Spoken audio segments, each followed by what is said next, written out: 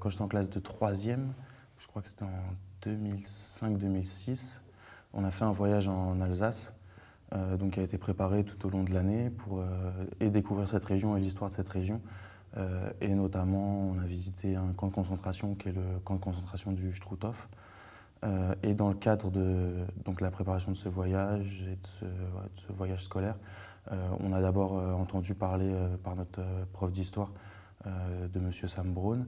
Et je crois qu'on l'a rencontré personnellement à la fin de l'année, à la suite de ce voyage-là, dans cet amphithéâtre où nous sommes, pour échanger sur nous et les ressentis qu'on avait eus pendant ce voyage scolaire et l'histoire de ce monsieur, ce qu'il avait à nous transmettre.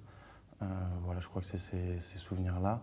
Et j'ai été en contact par la suite avec lui, parce que je suis militant pour le droit au logement, que j'ai eu des problèmes judiciaires quand j'avais 17 ans.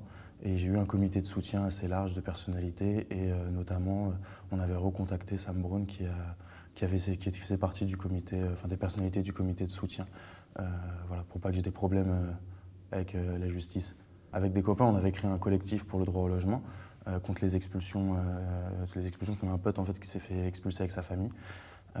Et par la suite, on a monté ce collectif, on faisait des permanences où on recevait les mal logés et on faisait des rassemblements devant la mairie. Et une fois, on est allé au conseil municipal. Et suite à ça, en fait, parce que le conseil municipal de Levallois, maintenant, on le sait un peu plus, c'est particulier comme ambiance et comme manière de fonctionner. On a été une vingtaine à être arrêtés, 2 à être mis en garde à vue, et par la suite, on a eu un procès pour rébellion contre personne dépositaire de l'autorité publique. On nous accusait de ne pas avoir fait ce que les flics voulaient qu'on fasse. Et finalement, on a été acquittés quelques mois après. Voilà, donc Sam Braun a joué un rôle à ce moment-là pour moi, mais c'était plus aussi dans le sens où le fait de rencontrer une personne comme ça, mais pas pour ce qu'elle est en tant que personne, mais ce qu'elle représente, ce qu'elle a vécu et ce qu'elle est là pour transmettre, ce qu'il pouvait représenter en termes de valeurs, même pour des jeunes comme nous.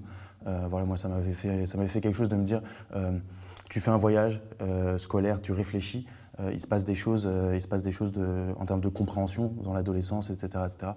Quelques années après, moi, je suis victime d'une injustice, c'est pas comparable, etc. Mais le fait que cette personne se dise, voilà, c'est un jeune que j'ai peut-être rencontré à un moment, avec qui j'étais dans la transmission, je vais au bout de ces valeurs que j'ai voulu transmettre. Donc voilà, moi, c'est quelque chose qui m'a un peu touché. C'est pour ça que je suis assez heureux de pouvoir transmettre à mon tour ces choses-là.